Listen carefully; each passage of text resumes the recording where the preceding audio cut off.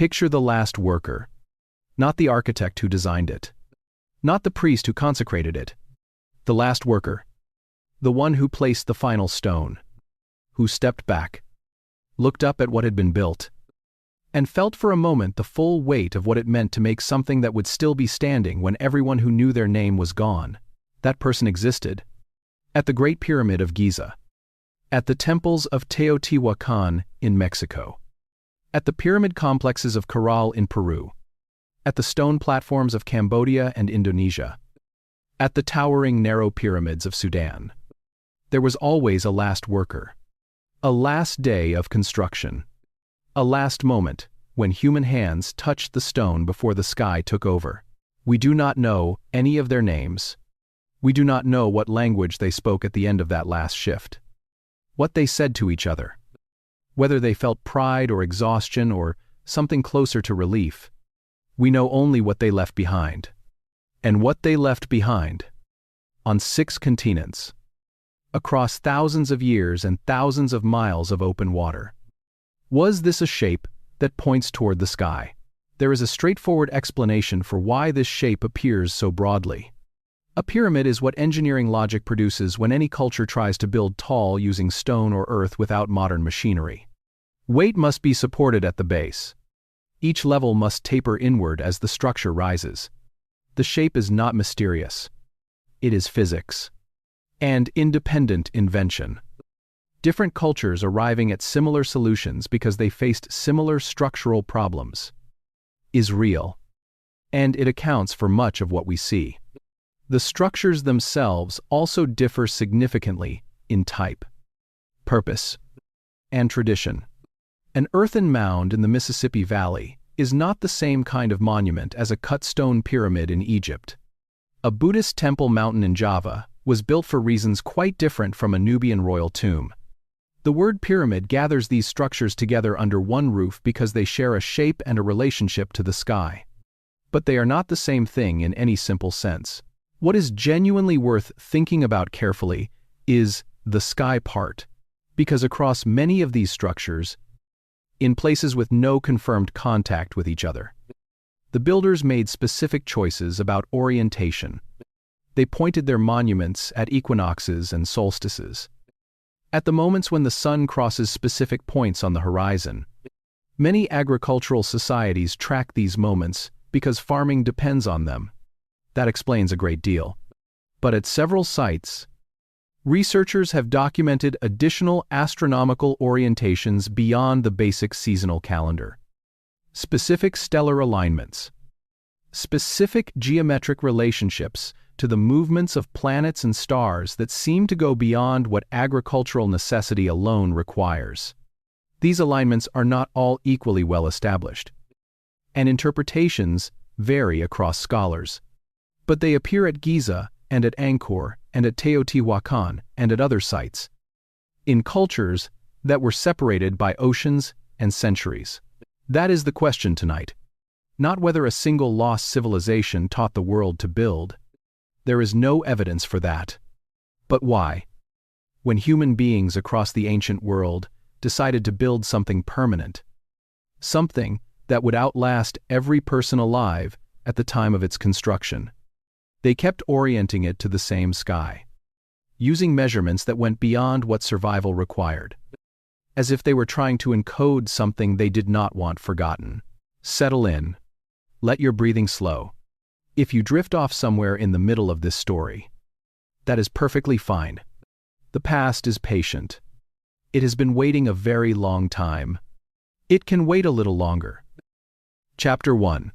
The shape that keeps returning. Start with what is not in dispute. The Great Pyramid of Giza has stood for approximately 4,500 years. Its base covers 13 acres. It is aligned to true north, with a precision of 1/15 of a single degree. Its base is level to within a fraction of an inch across the entire footprint. It contains over 2 million stone blocks. These are measurements, taken and retaken across 2 centuries of careful study. They are not estimates. The methods used to build it are reasonably well understood. Archaeologists have found workers' villages, Administrative papyri, quarry sites, tool marks, and ramp remnants. We know roughly how the workforce was organized, where the stone came from, how it was transported. The logistics are extraordinary. The ambition behind them is staggering. But the basic mechanics are not mysterious. Organized human labor, applied by a centralized state across roughly 2 decades, built the Great Pyramid. The evidence for this is detailed and consistent. Now travel to central Mexico. The Pyramid of the Sun at Teotihuacan was built sometime between the 1st and 3rd centuries of the Common Era, more than 4,000 miles from Giza. Its base covers roughly the same area as the Great Pyramid. Its western face is oriented to the point on the horizon where the sun sets on the equinox days. A natural cave directly beneath its center was modified for ritual use before the pyramid was constructed above it. The cave appears to have been sacred first. The pyramid was built to mark it, to lift a permanent stone finger toward the sky, above the place that already mattered below the ground. Go south to Peru, to Caral, where stepped platforms were rising around 2,600 years before the Common Era, contemporary with the Egyptian Old Kingdom and isolated from every other known complex society on Earth. Go to Cambodia, where the towers of Angkor Wat face the spring equinox sunrise. Go to Sudan, where more than 200 pyramids of the Kingdom of Kush stand in the desert, built and maintained across 14 centuries, oriented to stellar and solar phenomena that Kushite builders chose deliberately. The engineering logic explanation for why pyramids appear on multiple continents is sound, and it should not be dismissed. When any culture tries to build tall using stone or earth without cranes, the result tends to taper. This convergence is real, and it explains the basic shape, but it does not explain the orientation. Because orientation is a choice, not a structural requirement. You can build a pyramid pointing in any direction. The people who built these structures chose to point them at specific moments in the sky. Every agricultural society on Earth must track the equinoxes and solstices. These are the moments that tell farmers when to plant and when to harvest. Independent invention of monuments aligned to equinox, sunrise, or solstice sunset is entirely expected in any farming culture. This explains a significant portion of the astronomical convergence we see across ancient building sites. It is practical necessity, not shared mystical knowledge. What goes somewhat beyond agricultural necessity is the additional precision, the specific stellar alignments and geometric relationships to celestial mechanics documented at several sites by archaeoastronomers working with careful measurement. These interpretations are not all equally settled in the scholarly literature, and some remain debated, but they appear at enough independent sites that the pattern is worth taking seriously rather than dismissing. The honest framing is this: the shape convergence across 6 continents is explained well by independent invention and structural logic. The astronomical orientation convergence is explained partly by universal agricultural necessity. What remains after both of those explanations do their work is a smaller but genuine residue of convergence that is not fully accounted for. That residue is not evidence of a lost master civilization, but it is evidence that the relationship between ancient humans and the sky was deeper and more consistent across cultures than we have sometimes acknowledged, and that this relationship expressed itself in stone in remarkably similar ways in places that never spoke to each other. That is the question underneath the title of tonight's story. Not the dramatic version.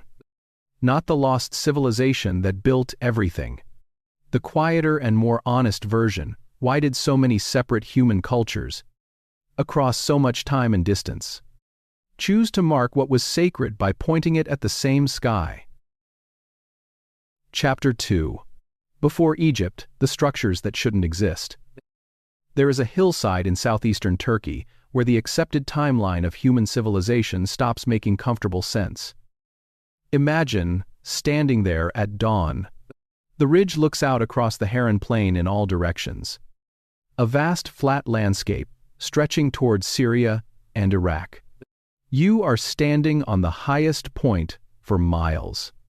And around you, emerging from the bedrock of the hilltop itself, are the tops of carved stone pillars, T-shaped, up to 20 feet tall, weighing between 7 and 10 tons each, carved in intricate naturalistic relief with snakes and foxes and boars and vultures and scorpions. Animals depicted with a skill and attention that took generations to develop. Some of the pillars bear what appear to be arms and hands along their surfaces, as if the stones were meant to represent beings that stood at the boundary between the human world and something older. This is Göbekli Tepe. It predates Stonehenge by more than 6,000 years. It predates the Great Pyramid of Giza by more than 7,000 years. It is the oldest known monumental architecture on Earth. And it was built by hunter-gatherers, not by farmers with grain surpluses and organized labor pools, by people who were still primarily obtaining food from wild plants and hunted animals, who had not yet developed pottery, who had not domesticated animals, or so the framework of the time assumed. The people who built this were supposed to be too early for it. The standard model of how civilization develops assumes a specific sequence: agriculture first, then settlement, then surplus, then specialization, then temples. Göbekli Tepe breaks that sequence at its foundation. The monument came before the farming, and the sophistication of that monument, the organizational capacity to quarry, transport, and precisely carve pillars of this size and quality, implies a tradition that must have preceded it. A tradition of working in stone and gathering people from wide distances that had been developing for a long time before the first pillar at Göbekli Tepe was carved. Recent excavations have complicated and enriched the picture. Archaeologists have found grinding stones, flint sickles, plant residues, and evidence of sustained domestic occupation nearby, suggesting the builders were at or near the threshold of the agricultural transition, possibly already experimenting with early cultivation. A water supply system of carved channels, feeding cisterns, capable of holding over 150 cubic meters of rainwater, indicates that people lived at this site for extended periods, not just visited for ceremonies. In September of 2025, Turkish archaeologists announced the discovery of a life-size human statue embedded horizontally in the base of a wall at the site, placed there as an intentional offering during original construction. It was the first statue of its kind found at Göbekli Tepe, and it deepened a mystery that had already been growing for 3 decades. One serious hypothesis that has gained traction in the scholarly literature is that Göbekli Tepe may have been one of the pressures that created agriculture rather than a product of it. The need to feed the gatherings of people who came together at this site from long distances may have created demand for reliable food production that hunting and gathering alone could not consistently meet. If that is correct, then the impulse to build something sacred, to create a place where many people could gather for reasons that went beyond immediate survival, preceded and may have driven the development of the food systems that we usually describe as the foundation of civilization. The monument was not the reward. It was the reason. As of the most recent surveys, between 5 and 10% of Göbekli Tepe has been excavated. Geophysical imaging indicates at least 15 additional enclosures still buried underground. Archaeologists estimate it will take roughly another 150 years to fully explore the site. 150 years of discovery still ahead, from a site we have barely begun to read. Here is the question that this raises, and it is a question about something real and consequential rather than speculative. The skills displayed at Göbekli Tepe, the ability to plan, organize, quarry, transport, and carve stone pillars of this size and quality, were not invented on the morning the first pillar was raised. They are the product of generations of accumulated practice, a tradition of communal organized building that must have preceded this site by a significant period. Where did that tradition develop? What did the people who built Göbekli Tepe learn from? And who taught them? Some of those answers may be buried under sediment at sites not yet found. Some of them may be underwater, for reasons we will come to shortly. Around 9,000 years before the present, the builders of Göbekli Tepe buried their own site deliberately. Not through neglect or the slow accumulation of debris. They intentionally filled the enclosures with thousands of tons of carefully deposited material, covering the carved pillars under a layer that preserved them almost perfectly for 11,000 years. We do not know why. Whatever ceremony or belief system motivated this act, whatever was thought or said on the day the last shovelful of earth fell over the last carved pillar, is gone entirely from the human record. We have only the result: the builders hid what they had made. And because they hid it, it survived. There is a kind of faith in that. Not religious faith necessarily. Something more human. The faith that what is worth making is worth preserving. That the future matters even when you will not be there to see it. Whatever was built along the coastlines that the post-glacial sea later swallowed was not buried. It was simply erased. And we are only beginning to develop the tools to search for it. Chapter 3. The Americas. Remember, in October of 1994, a Peruvian archaeologist named Ruth Shady Solis began excavating a series of low mounds in the Supe Valley of coastal Peru, about 120 miles north of Lima.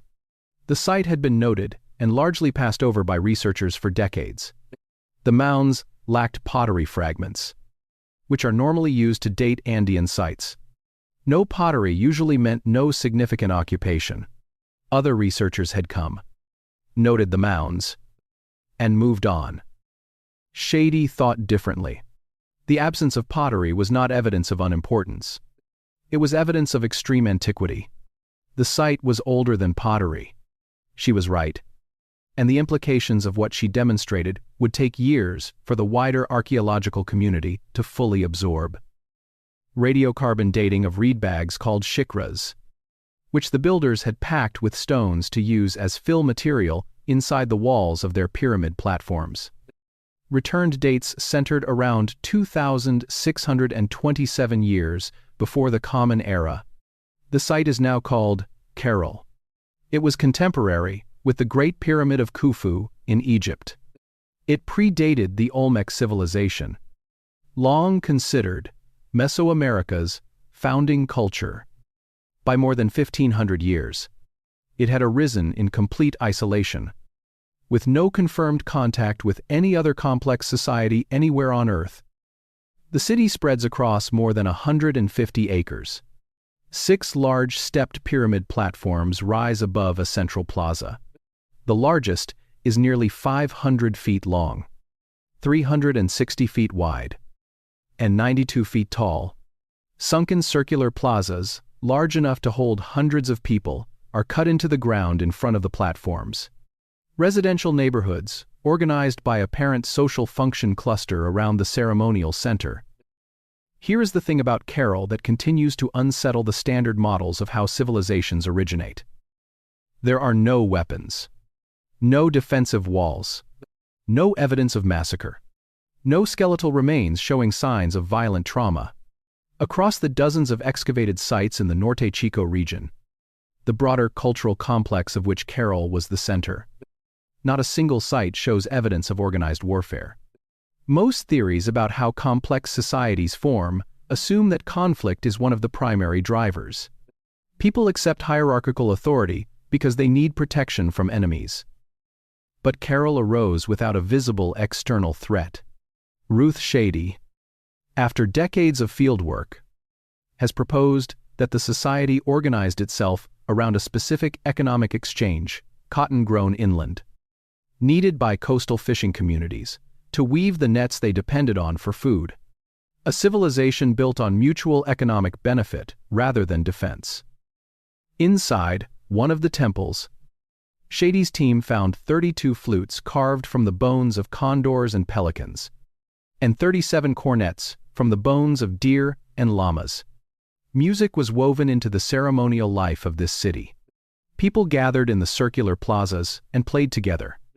Condor, bone and deer bone, making sound in the desert air of coastal Peru 4,600 years ago. Among the finds was a knotted textile that appears to be a quipu, the knotted string recording system that the Inca would use 3,000 years later to manage one of the largest empires in pre-modern history. If Shady's interpretation is correct, the Carol quipu is the oldest known example of this technology. Whatever it recorded is lost to us. But something was being deliberately preserved by a people who left behind no other form of writing, in a medium that would outlast the civilization that created it and be reinvented by every major Andean culture that followed. Around 1,800 years before the Common Era, after more than 1,000 years of continuous occupation, Carol was abandoned. Work published by Shady's team in 2025 has connected the decline to a prolonged drought around 2,200 years before the present, part of what climate scientists call the 4.2 kiloyear event, a global arid episode that destabilized societies from Egypt to Mesopotamia to the Indus Valley at roughly the same time. But the people of Carol did not dissolve into violence when their city failed. They relocated. They rebuilt. They carried their architectural knowledge and their ceremonial practices with them to new river valleys. And for 4,000 years afterward, every major Andean civilization, the Chavin, the Moche, the Wari, the Inca, built stepped pyramids and sunken circular plazas whose fundamental forms were first established at Carol. We stand inside their architectural imagination every time we walk through the ruins of Machu Picchu. We do not know what they called themselves.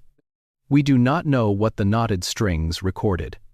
We know the sound the condor bone flute makes, because the instrument survived and someone eventually played one.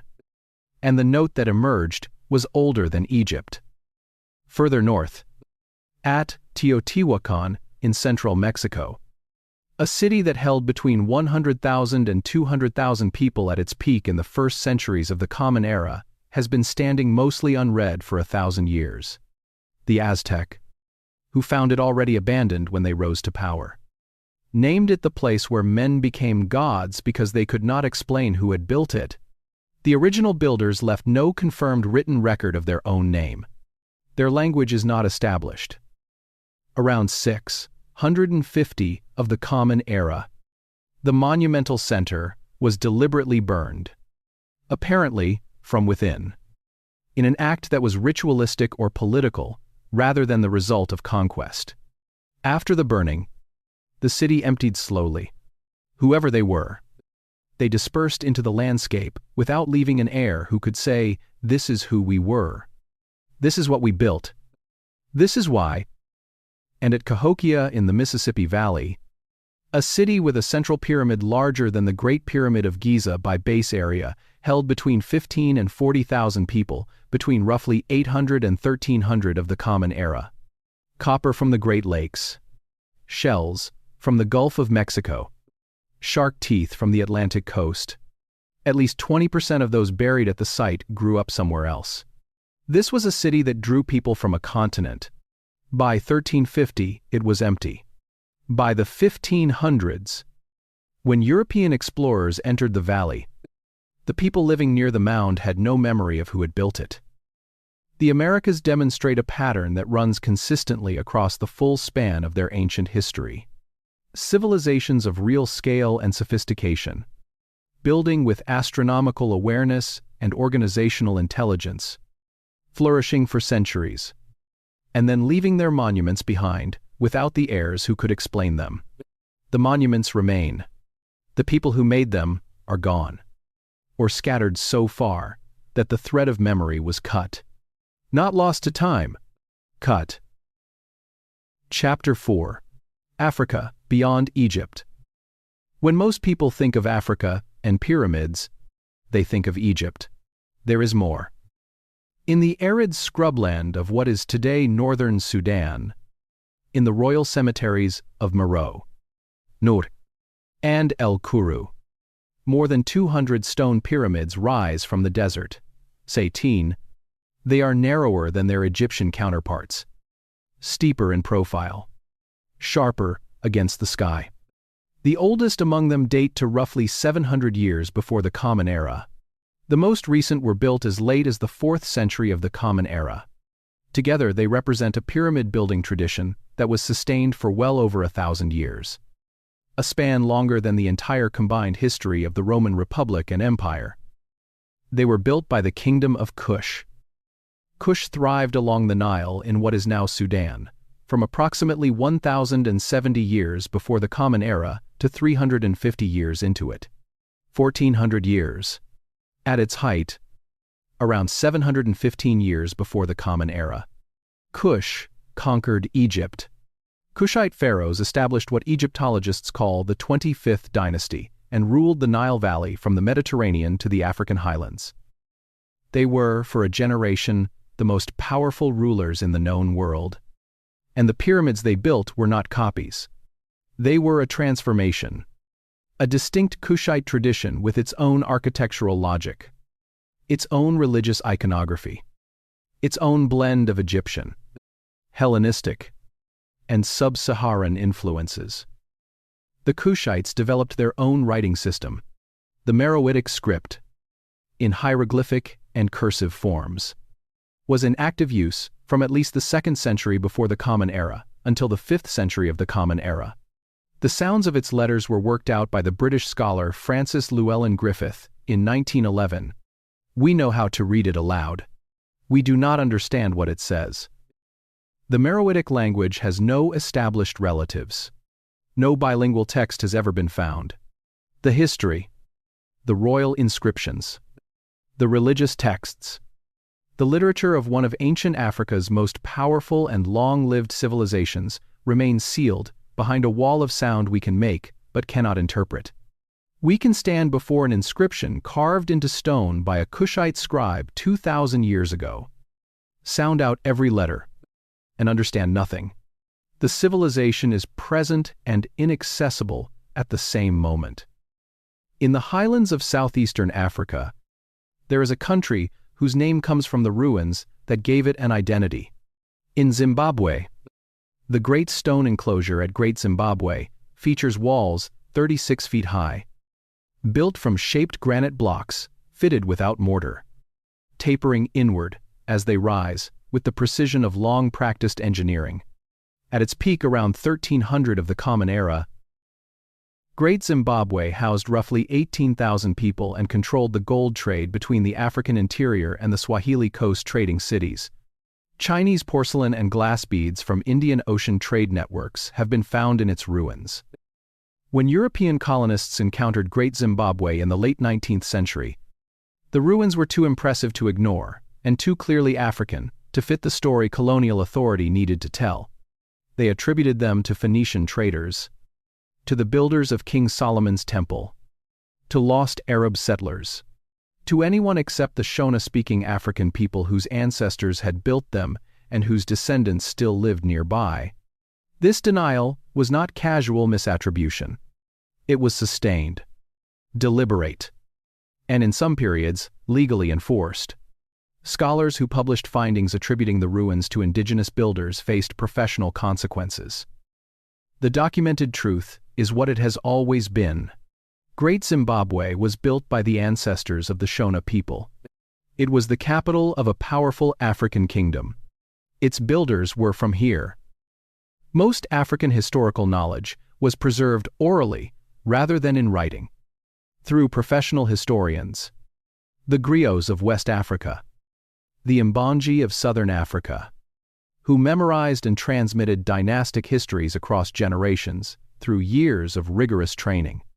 This system could preserve detailed and verifiable knowledge across centuries. Researchers have cross-referenced accounts preserved by trained griots against archaeological evidence where both exist, and the correspondence is often remarkable. But knowledge stored in trained human minds is vulnerable in ways that knowledge carved into stone is not. The slave trade removed an estimated 12 to 15 million people from the continent over roughly 4 centuries.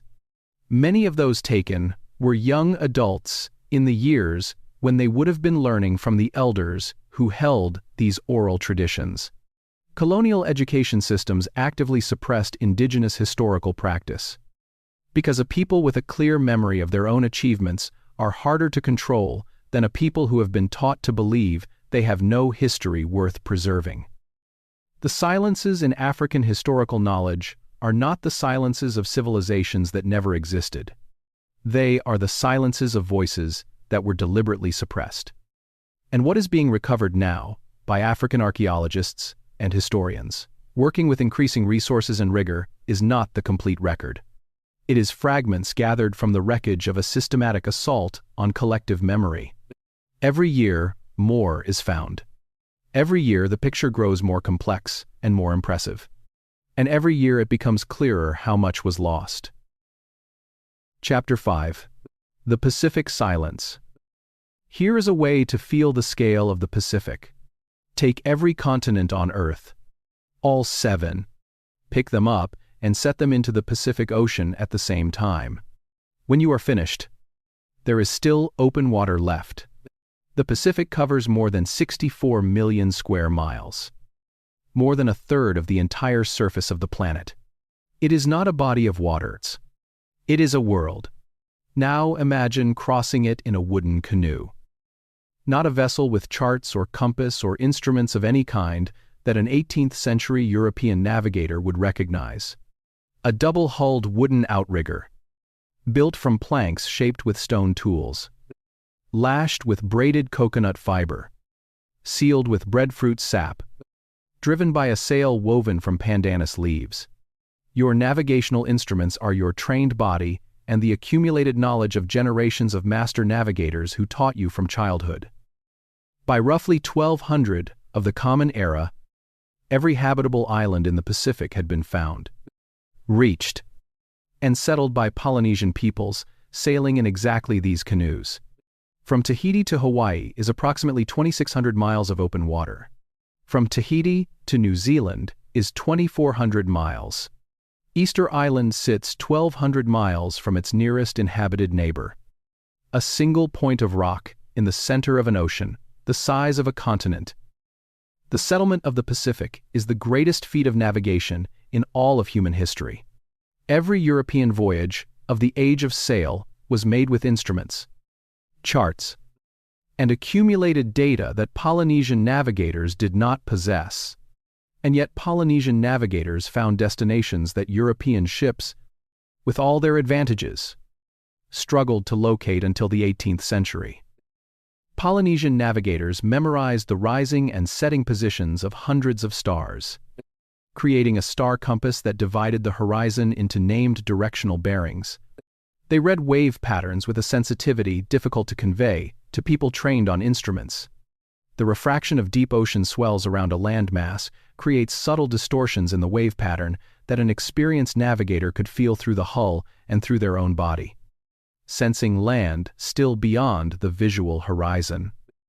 They tracked bird species whose flight ranges are limited, knowing that certain birds in open ocean mean land is within reach. They read cloud formations that develop predictably over heated land surfaces. By the time European ships entered the Pacific in significant numbers, roughly 200 years after the last great Polynesian expansion, this navigational tradition was already fading from active practice. What we know of it comes primarily from the Caroline Islands of Micronesia, where a related but distinct tradition was documented in the 20th century. The finest details of what allowed Polynesian navigators to reliably find a specific island invisible from 20 miles away may never be fully reconstructed. On Easter Island, called Rapa Nui by its inhabitants, there existed a writing system unlike any other in the world. It is called Rongo-Rongo. The first European to document it was a French missionary named Eugene Arod, who arrived in January of 1864 and noted tablets covered in rows of carved figures in the households of Rapa Nui families. In December of 1862, before any serious study of the tablets had begun, Peruvian slave ships raided the island. By early 1863, between 1,400 and 2,000 islanders had been taken to work the guano mines on the Chincha Islands. That was roughly a third to a half of the island's entire population. Among those taken were the paramount chief, his heir, and the Tangata Rongorongo, the trained scribes and chanters who had been taught from childhood to read and perform the tablets in public ceremony. International pressure eventually forced Peru to release the survivors. Most returned already dying. They brought smallpox, tuberculosis, and dysentery home to an island with no immunity. The population of Rapa Nui, estimated at around 4,000 in the early 1860s, collapsed to approximately 110 people by 1877. An entire literate tradition, preserved in trained human memory across generations, was destroyed in less than 15 years. Not by time, not gradually, by slave ships on a single December morning, followed by disease. The roughly 24 surviving tablets are now scattered across museums in Rome, London, Washington, Vienna, St. Petersburg, and Santiago. Computational analysis has confirmed that the script has the statistical properties of a genuine language encoding system. Machine learning applied to the glyph sequences in recent years has identified structural regularities consistent with grammatical organization. But the language itself remains sealed. No bilingual text exists. The last people who could read the tablets died in 1877. We can see that something was written. We cannot read a single word of it. And then, in 2020, a genetic study published in the journal Nature confirmed something that had been suspected but debated for decades. The analysis of Polynesian genomes across the Pacific found statistically unambiguous evidence of Native American genetic ancestry in Eastern Polynesian peoples, dated to approximately 800 years before the present, well before any European contact. This has been replicated and confirmed in subsequent independent analyses. People from South America and people from Polynesia met, had children together, and the evidence of that meeting is written permanently in the DNA of living people today. The sweet potato confirms the same contact from a botanical direction.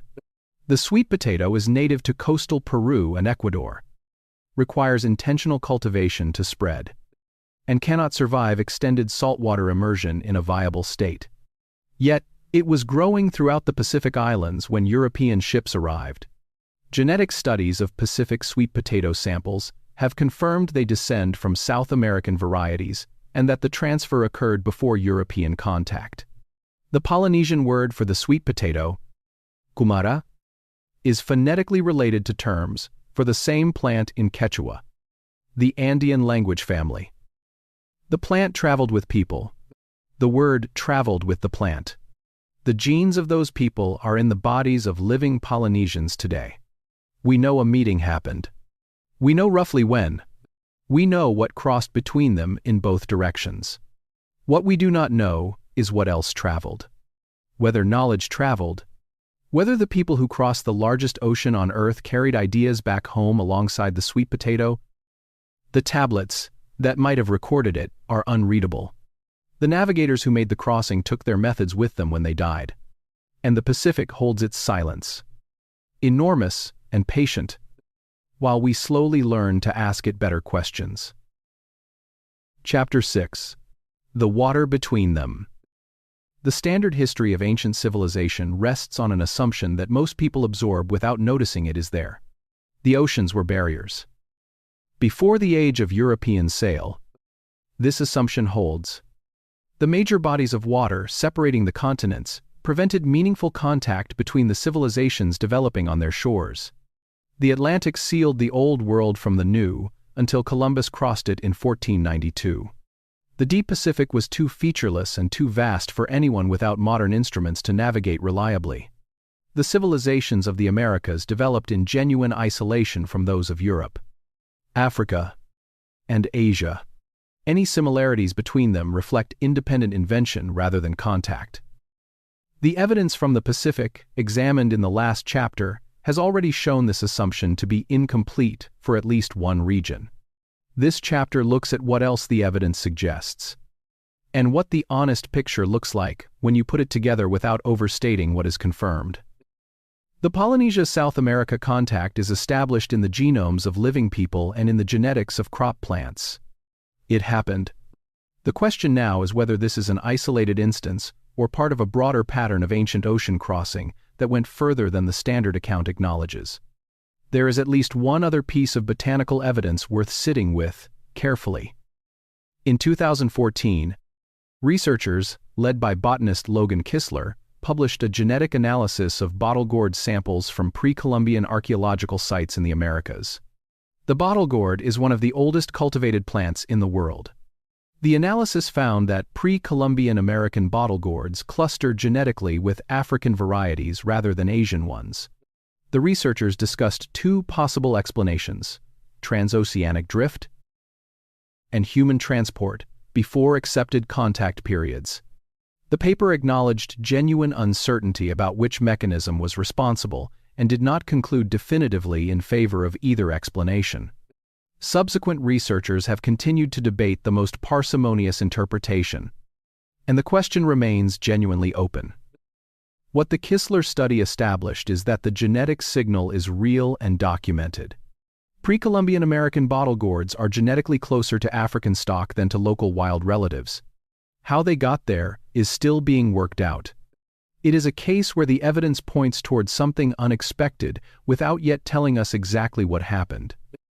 The more securely established case remains the sweet potato, where the genetic signal is confirmed across multiple independent studies.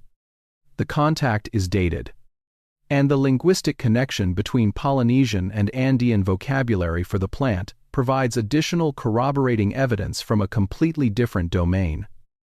Together, these data points suggest that ancient peoples were better sailors and more willing to venture into open ocean than the standard historical account has acknowledged. The Polynesian settlement of the entire Pacific establishes that capability beyond any doubt. It was real. It was sustained.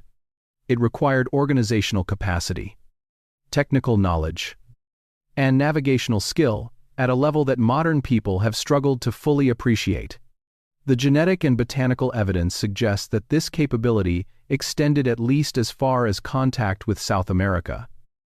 What this does not establish is that ancient oceanic contact was frequent enough or sustained enough to have driven the large-scale cultural and technological convergences we see across the ancient world. The pyramids of Egypt and Mexico were not built because someone crossed the Atlantic with blueprints. The astronomical orientations of different ancient sites were not transmitted from a single shared source. These are genuine, independent developments.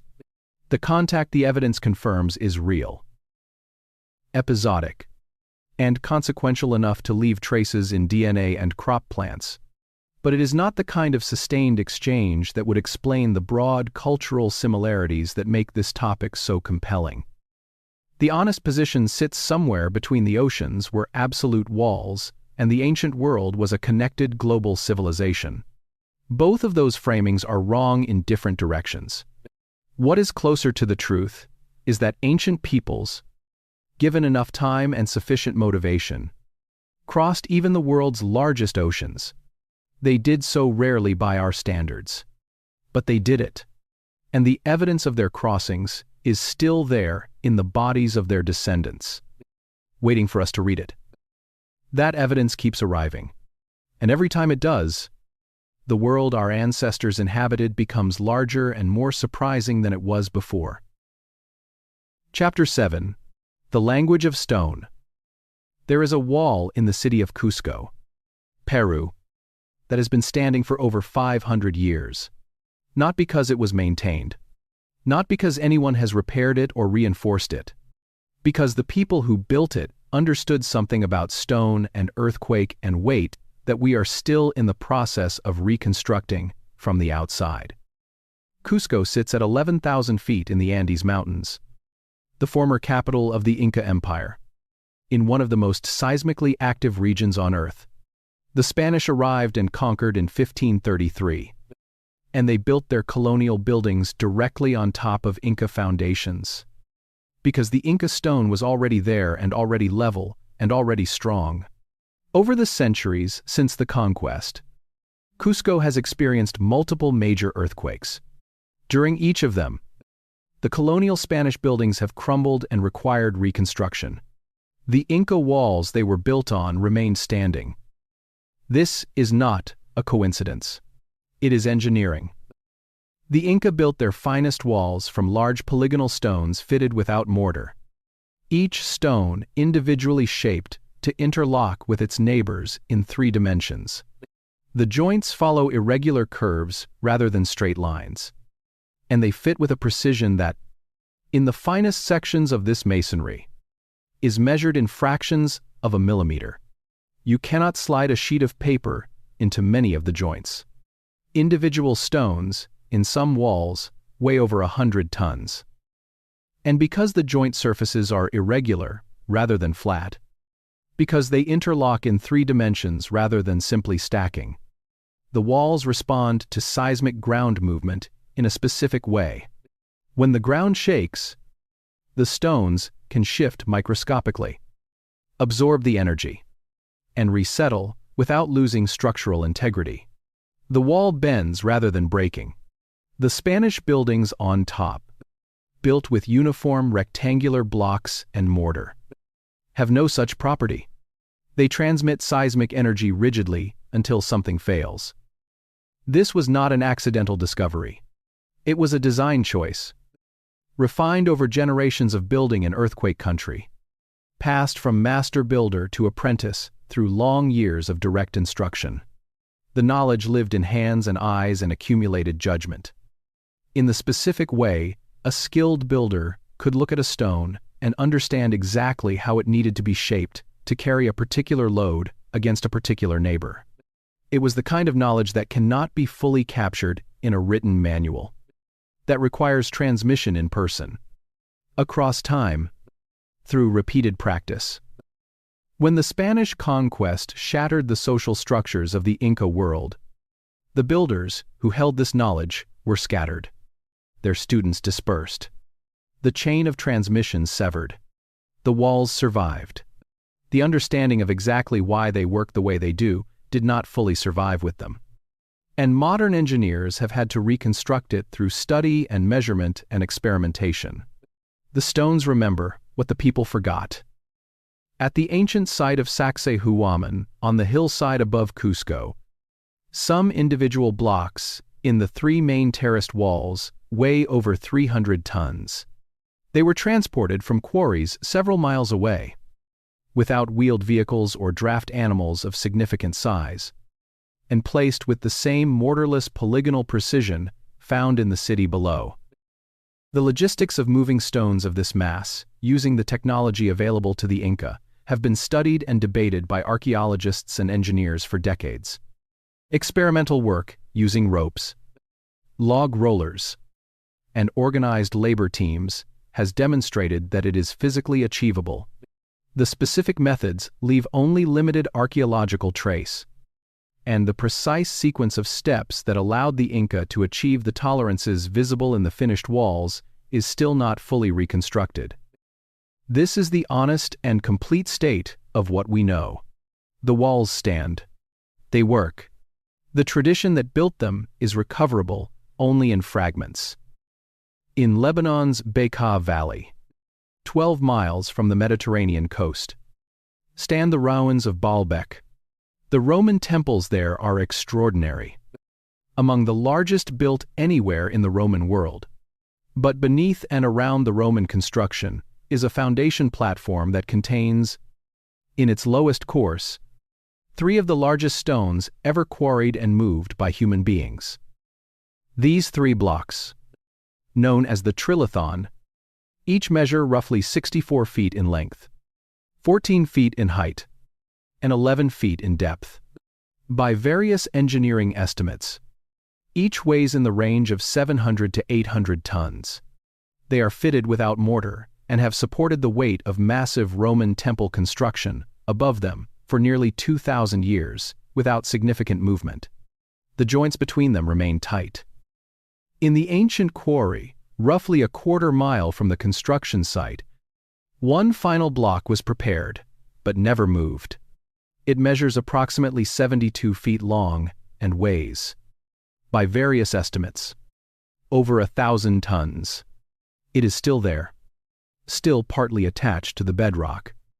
The largest known quarried stone in human history.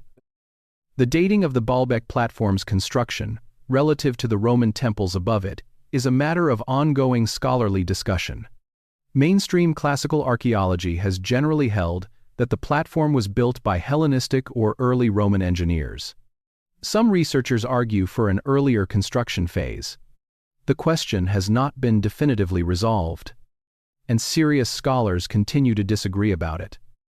What the physical evidence establishes without debate is that someone, at some point, moved and precisely placed stones of 700 to 800 tons. Engineering analyses have produced plausible conventional explanations involving organized labor, lever systems, and ramp structures. These explanations require no exotic technology. They require only the kind of organizational capacity and logistical intelligence that centralized ancient states demonstrably possessed. The specific infrastructure needed for such a project has left limited archaeological trace, which is not unusual given how thoroughly ancient construction sites were reworked over centuries of subsequent use. Cusco and Baalbek and other sites of demanding ancient masonry share a common characteristic that goes beyond what the stones themselves contain. In each case, the tradition that produced the work was interrupted by specific historical events. Conquest, collapse, the death of the masters before the transmission was complete. The knowledge was not written down in a form that could be recovered later. It lived in people. And when those people were gone, significant portions of it went with them. This is not a mystery requiring exotic explanation. It is a pattern that recurs throughout human history whenever specialized knowledge is transmitted only through direct practice rather than recorded form. And when the social structures that sustain that practice are disrupted faster than new practitioners can be trained. The Inca masonry tradition was destroyed, not by time, but by conquest. The Rongorongo reading tradition was destroyed not by forgetting, but by slave ships. The Meroitic language is inaccessible not because the writing was lost, but because the last speakers died before teaching anyone who could record what the words meant. In each case, the physical artifact survived. The human knowledge that would allow us to fully understand it did not. The stones are still talking. We are still learning to listen. Chapter 8. When it all ended. 12,900 years ago.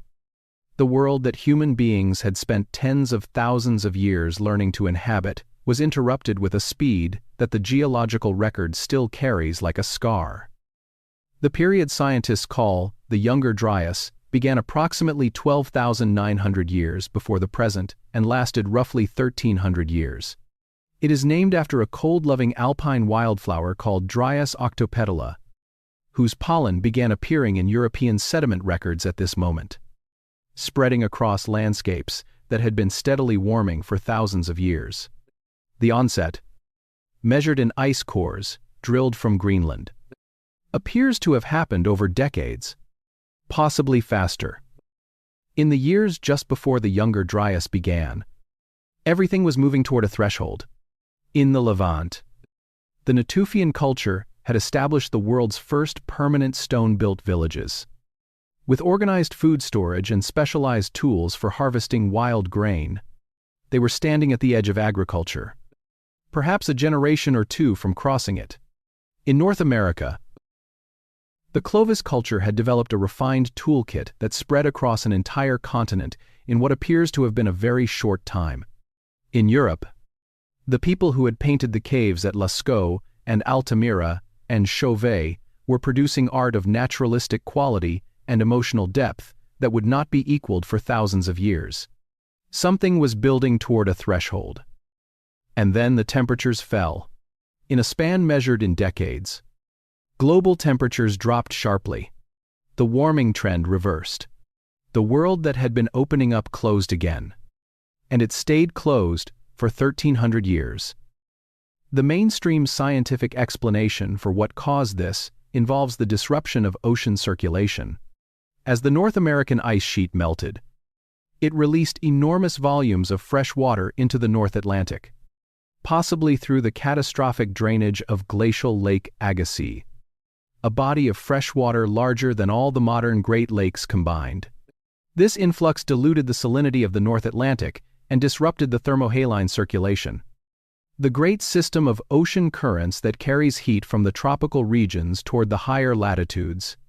Without that circulation, the northern hemisphere cooled rapidly and remained cold. This explanation is supported by climate modeling, ocean sediment cores, and the timing of the fresh water release relative to the onset of the cooling. It is the mainstream scientific position. A competing hypothesis, proposed in 2007, suggests that a cosmic impact event, possibly fragments of a disintegrating comet exploding over the North American ice sheet, triggered the cooling. The evidence cited includes a sediment layer from this period containing nanodiamonds, magnetic spherules, and elevated platinum concentrations at sites across multiple continents. A comprehensive review published in 2023 concluded that this hypothesis had not been demonstrated to the standard required for scientific acceptance. A 2025 analysis of the platinum evidence in a Greenland ice core found a pattern more consistent with volcanic activity than with instantaneous impact.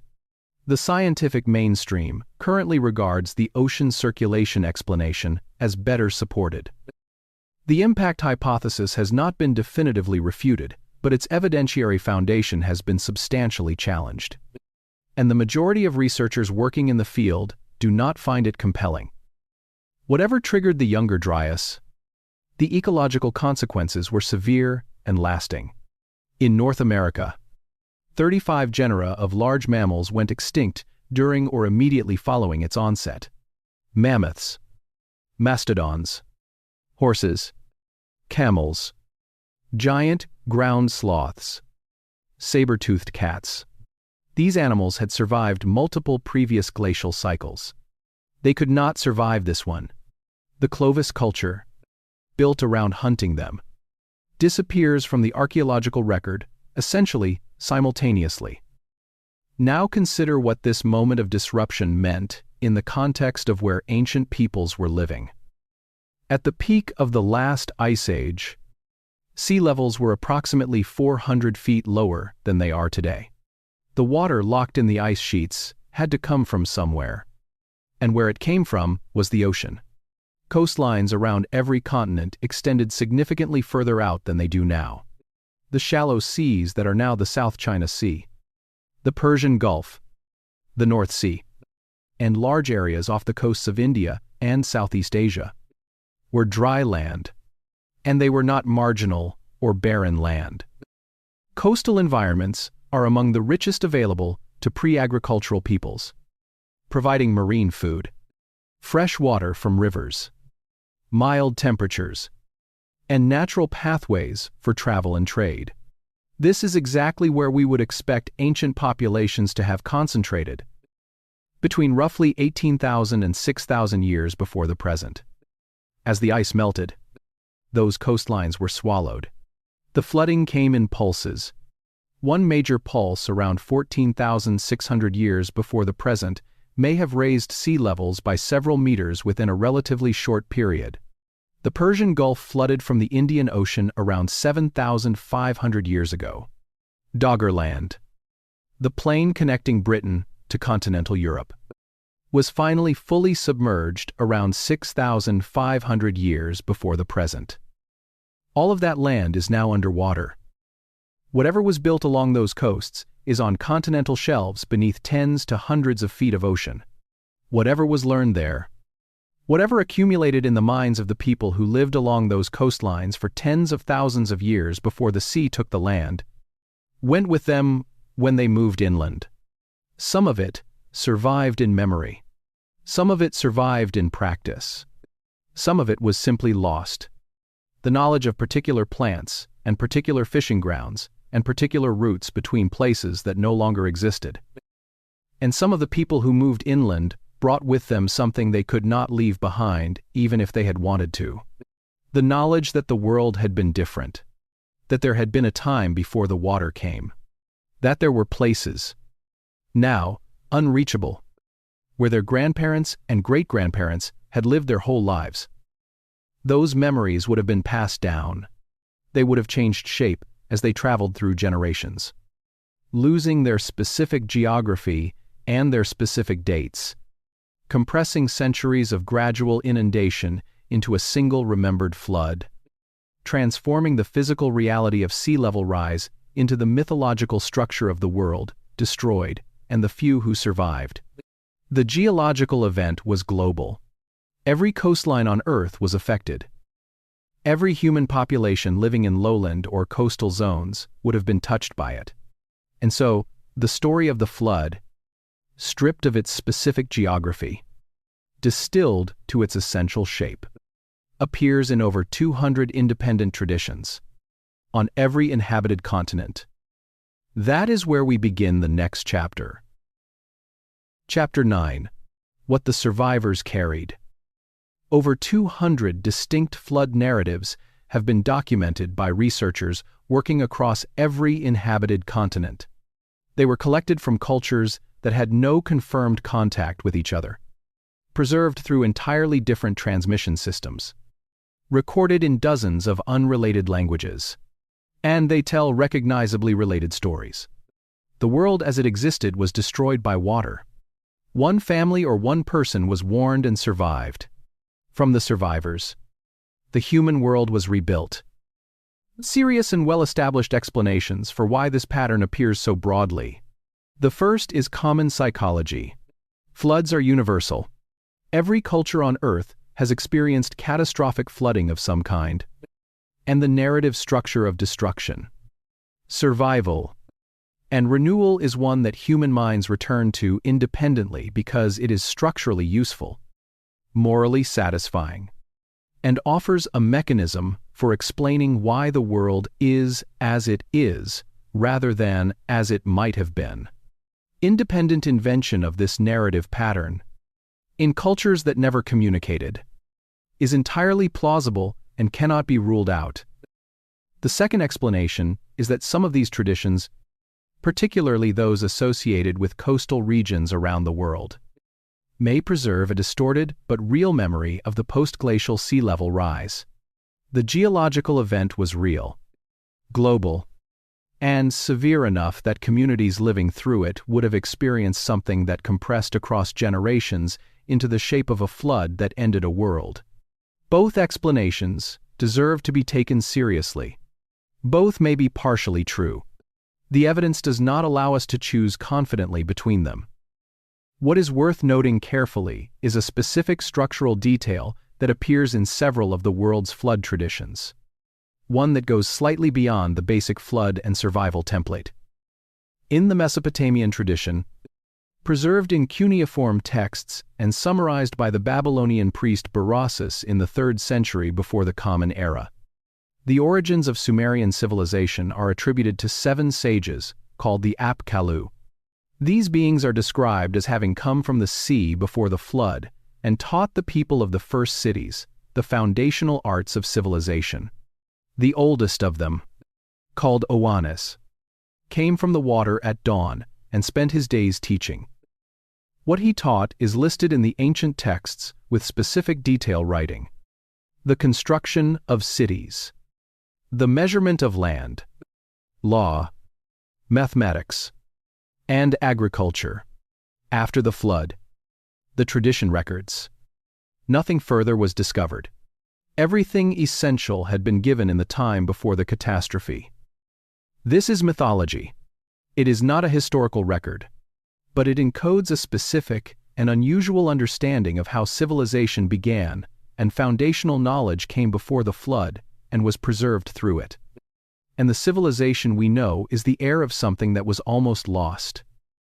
In the Andean traditions of the peoples who preceded the Inca, a figure called Viracocha is described as emerging from Lake Titicaca in the aftermath of a catastrophe that destroyed the previous world.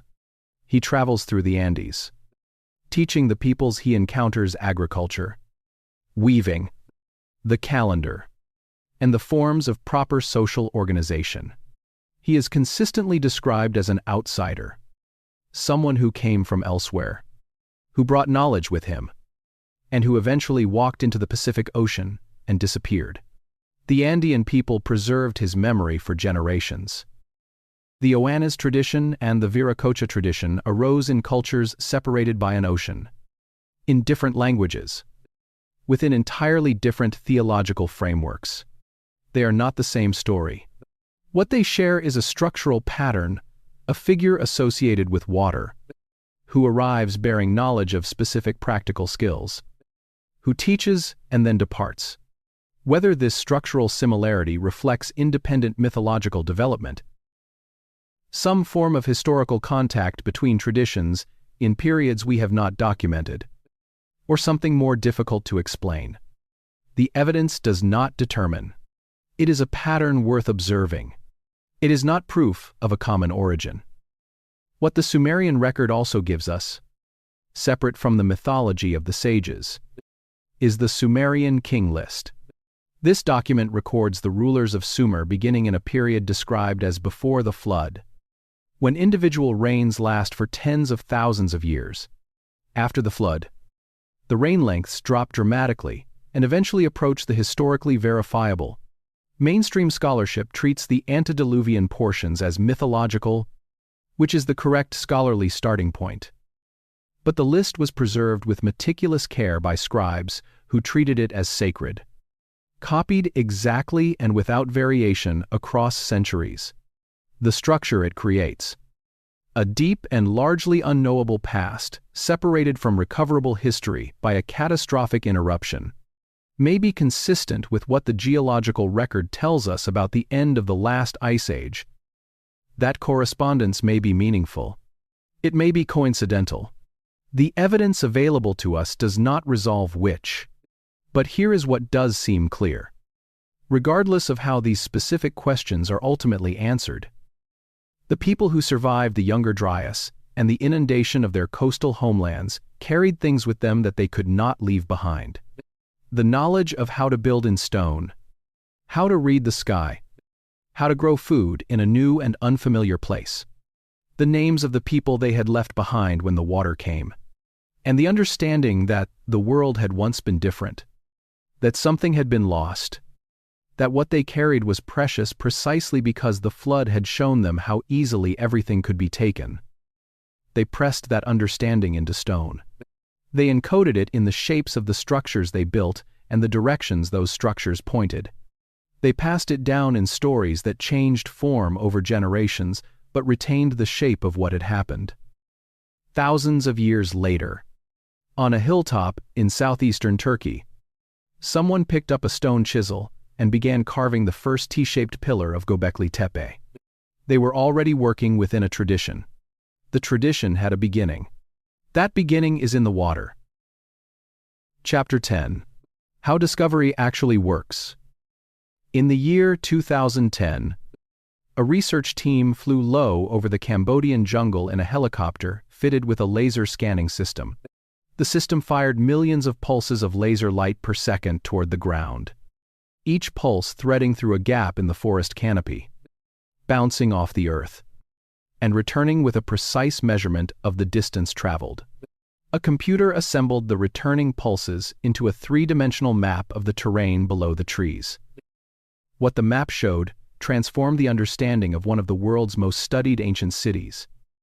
The known city of Angkor, already recognized as one of the largest pre-industrial urban centers on Earth, turned out to be embedded in a network of hydraulic infrastructure, reservoirs, canals, and water management features extending across hundreds of square miles that centuries of ground-level archaeology had not detected. The picture of how Angkor functioned, how it fed its population and managed the monsoon cycle, changed permanently in a single afternoon of laser scanning. This is how significant revision happens in archaeology. not through the dramatic revelation of a hidden conspiracy, but through new tools that allow researchers to see what was always there, physically present in the landscape, but invisible to every method previously available. In 2018, a comprehensive LiDAR survey of northern Guatemala, published in the journal Science, revealed more than 60,000 previously unknown Maya structures across roughly 800 square miles. The estimated population of the classic Maya lowlands at their peak had to be substantially revised upward. A single survey changed the scale of what was known about an already intensively studied civilization.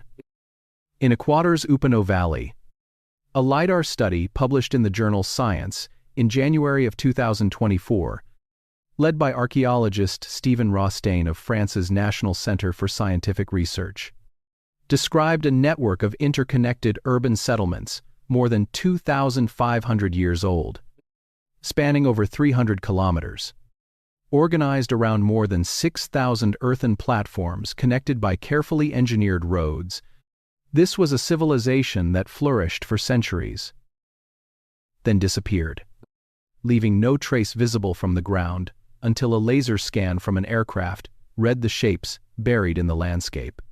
Researchers now estimate that between 10,000 and 24,000 pre-Columbian earthworks may exist throughout the Amazon basin, the vast majority still undocumented.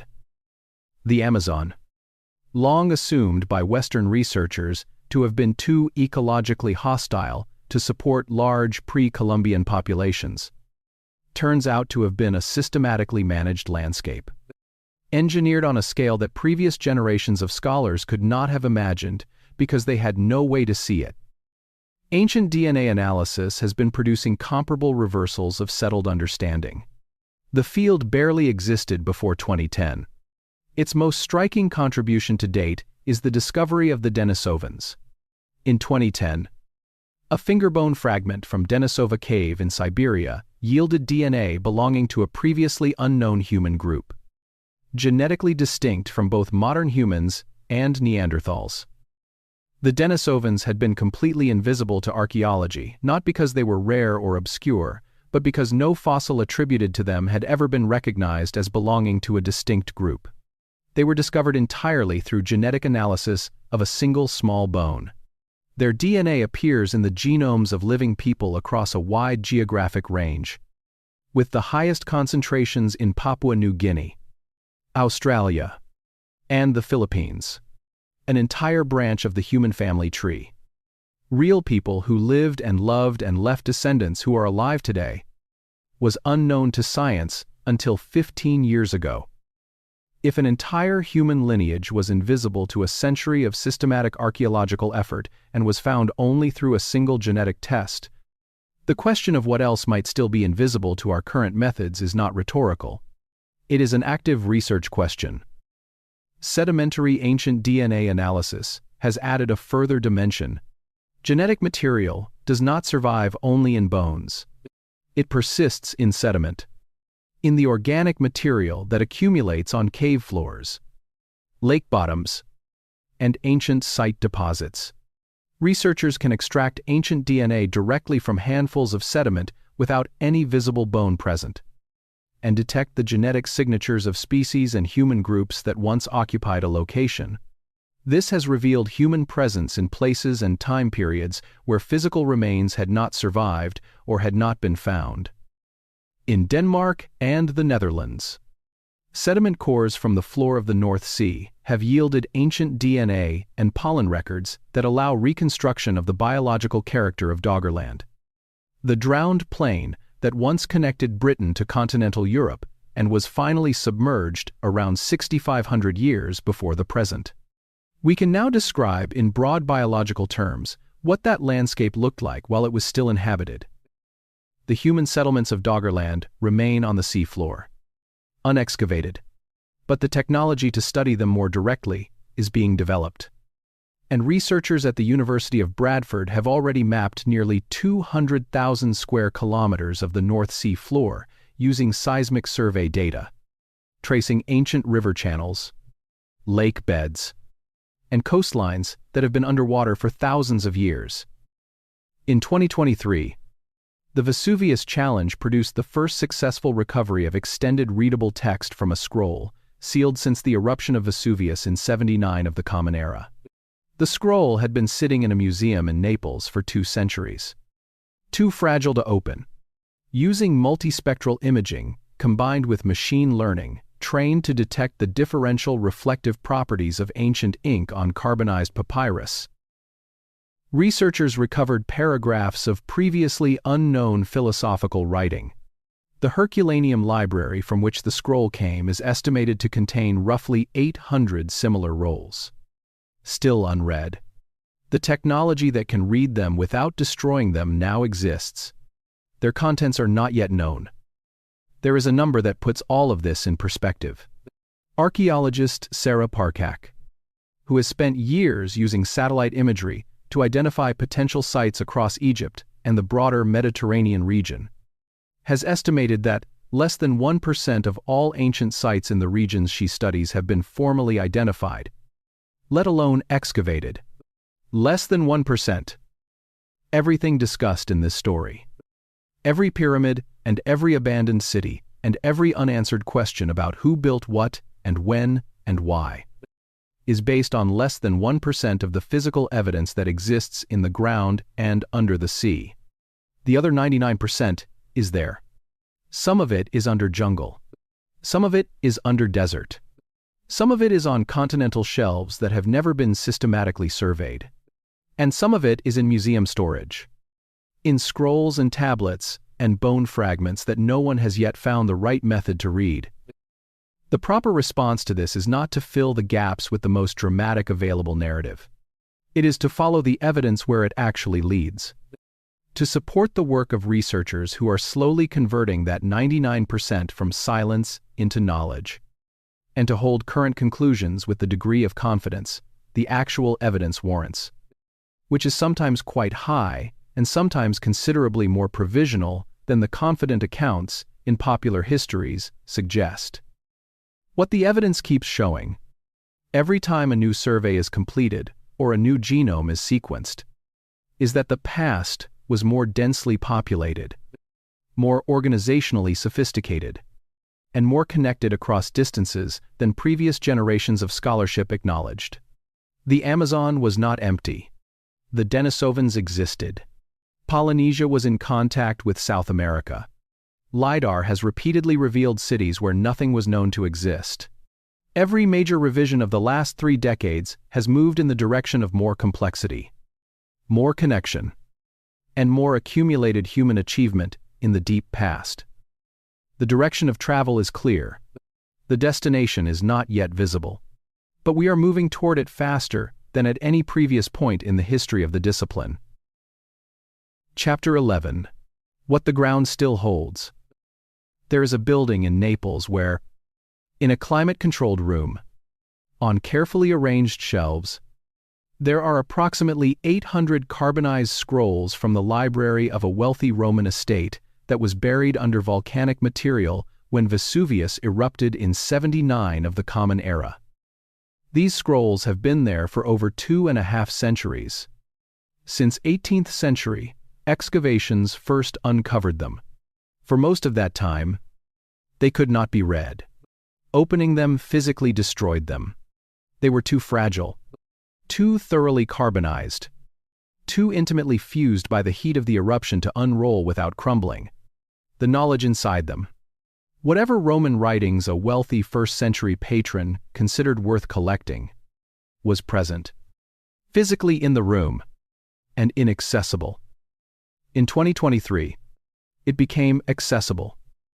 The Vesuvius Challenge, a research competition supported by a coalition of scientists and technology investors, produced the first successful reading of extended text from an unopened Herculaneum scroll using multispectral imaging and machine learning. The technique detects the differential way that ancient ink and carbonized papyrus reflect different wavelengths of light, making letters visible through the intact roll without physical contact. The recovered text contained philosophical writing not previously known to scholars. 2,000 years of silence. broken by a machine learning algorithm trained to recognize the shadow of ink on charred paper. 799 scrolls in that room remain unread. Their contents are not yet known. But the method exists. This is one example of a pattern repeating across multiple domains simultaneously. LiDAR surveys are continuing to reveal urban landscapes in the Amazon that were completely invisible to ground-level survey. The Upano Valley network discovered in 2024 represents a civilization that flourished for nearly 1,000 years.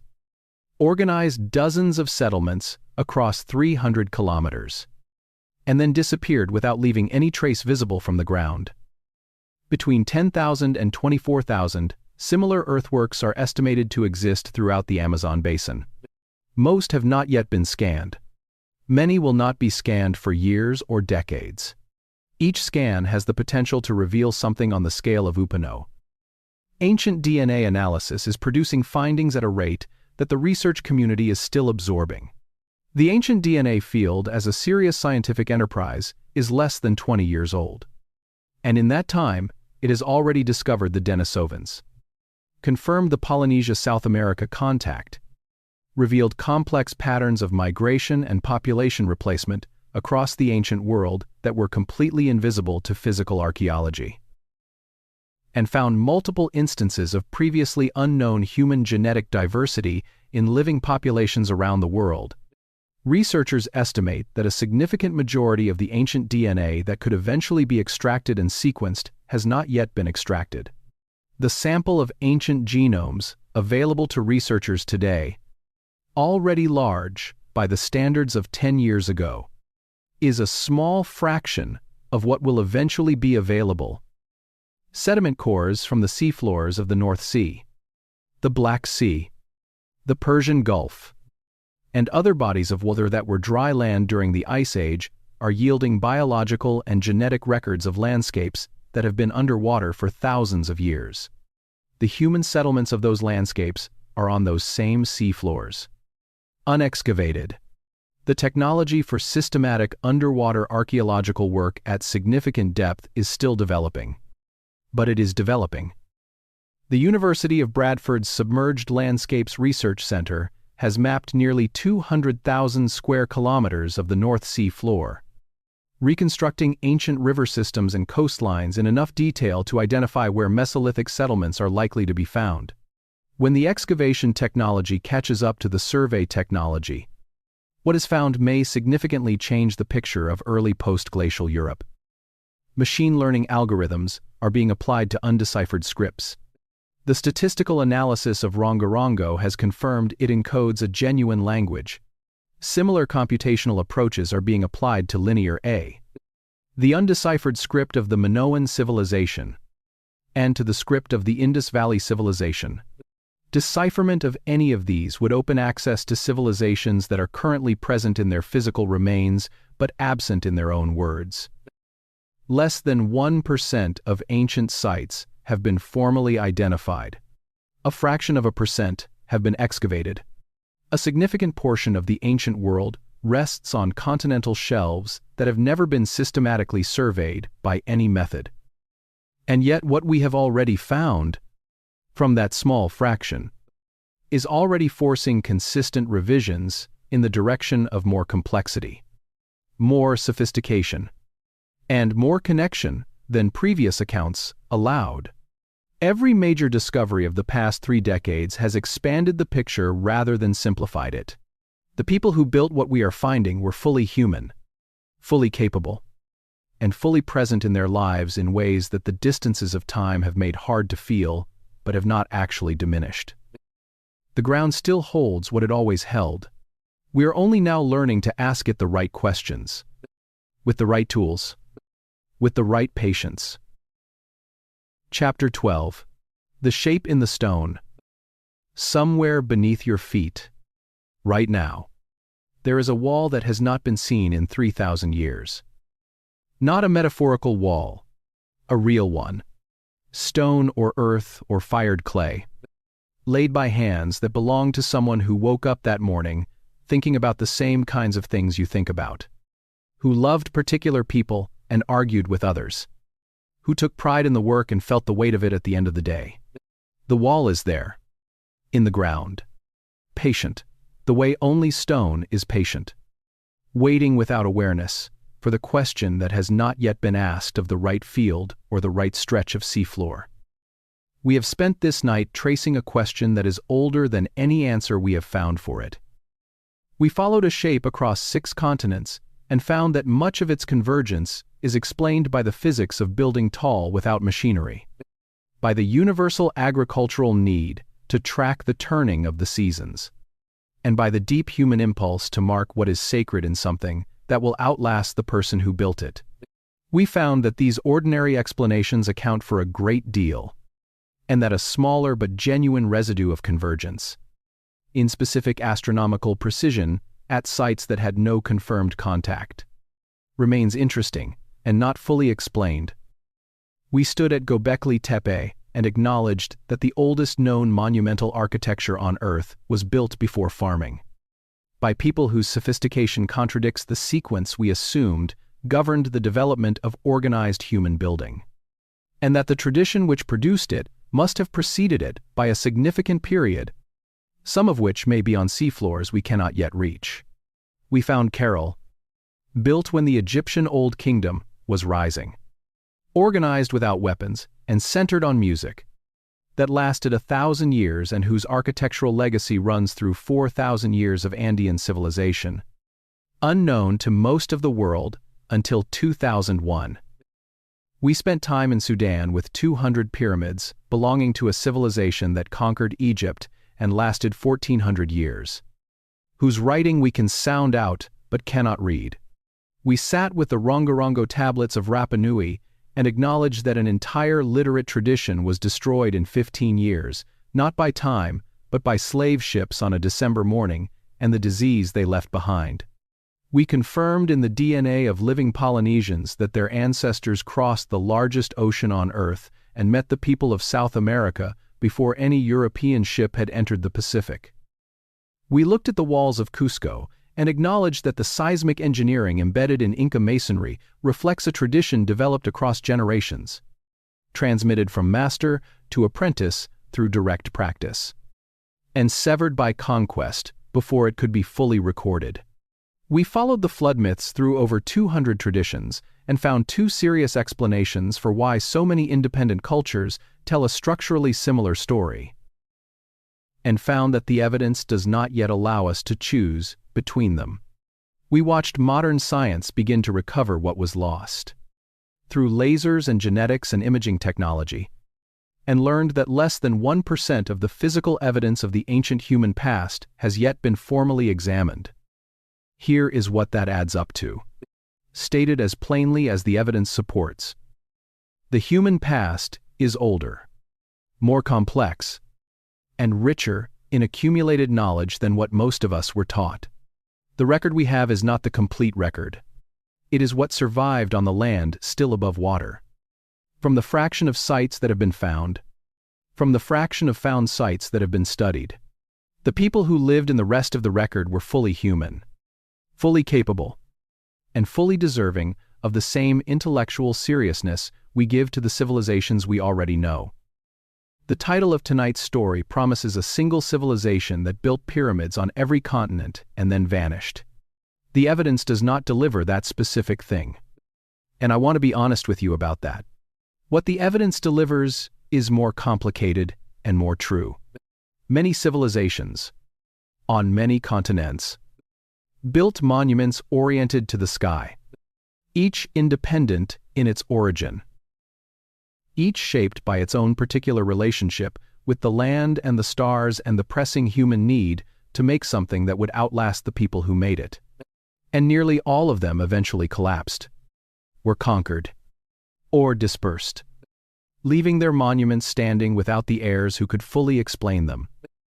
The vanishing is real, even if the single civilization is not, and the vanishing is not primarily a geological mystery.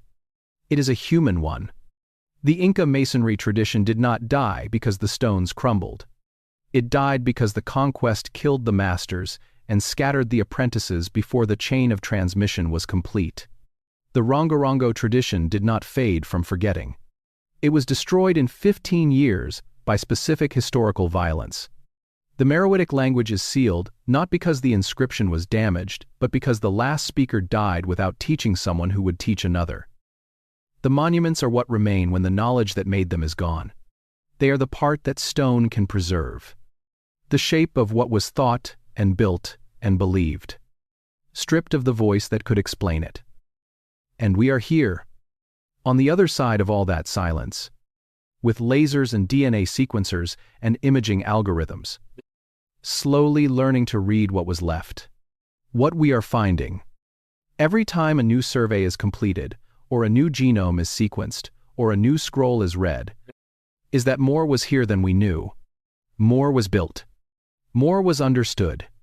More was connected. And more was lost than any single account of the ancient world has yet fully acknowledged. Somewhere tonight, a LiDAR scan is running over a stretch of jungle that no archaeologist has ever walked through. Somewhere tonight, a machine learning algorithm is finding the shadow of ink in a scroll that has been in a museum drawer for 2.5 centuries. Somewhere tonight, a young researcher is extracting DNA from a handful of sediment pulled from the floor of a sea that has been covering a human landscape for 6,000 years. The past is not behind us. It is beneath us. In the ground. In the ocean floor. In the carbonized scrolls, and the knotted strings, and the unread tablets, and the genomes of living people who carry in their cells the evidence of meetings and journeys that no historical document has ever recorded. The pyramids are still pointing at the sky. The sky has not changed. And the questions those pointing shapes were meant to outlast are still being asked. Still being answered. Still drawing curious human minds toward the same ancient mystery. One generation at a time. The past is patient. We are getting better at listening. If tonight's story is still with you as you drift, leave a quiet like to help others find their way here. And if one image from tonight is still turning in your mind, leave it in the comments. I read them.